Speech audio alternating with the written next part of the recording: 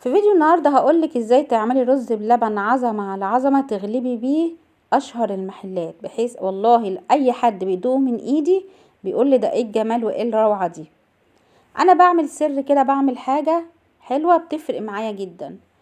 بجيب كوبايه ميه، بغسل نص كوبايه رز، بولع عليهم، بسوي الرز الاول في الميه لحد ما الرز يدخل كده في السوا 3/4 سوا.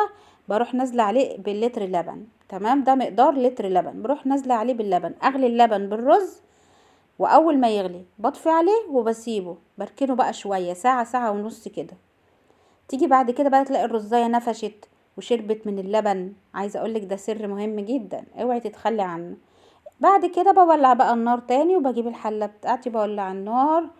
بضيف بقى ايه بقى، ضيفي زي ما انت عايزه. انا بضيف ربع معلقه فانيليا، 4 معالق كبار سكر، ده مقدار لتر لبن، 4 معالق كبار سكر، معلقه صغيره جوز هند، ومعلقه صغيره نشا. بدوبها في شويه ميه على البارد وبنزل بيهم على اللبن ده في الاخر. وفي بعد كده بروح بنزل بمعلقتين قشطه كبار او معلقتين كريمه المتوفر عندك.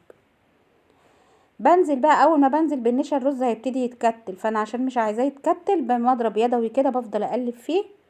هوريك القوام بتاعه شكله ايه، ولا متكتل ولا اي حاجه، القوام بتاعه مظبوط جدا. خلي بالك لو كترتي النشا هيتقل ومش هيبقى حلو معاكي. انا بعمل اللتر اللبن معلقه صغيره بس نشا، بدوبها في شويه ميه على البارد وبنزل بيهم. دي كل الاسرار والحركات، ما خبيتش عنك حاجه ابدا.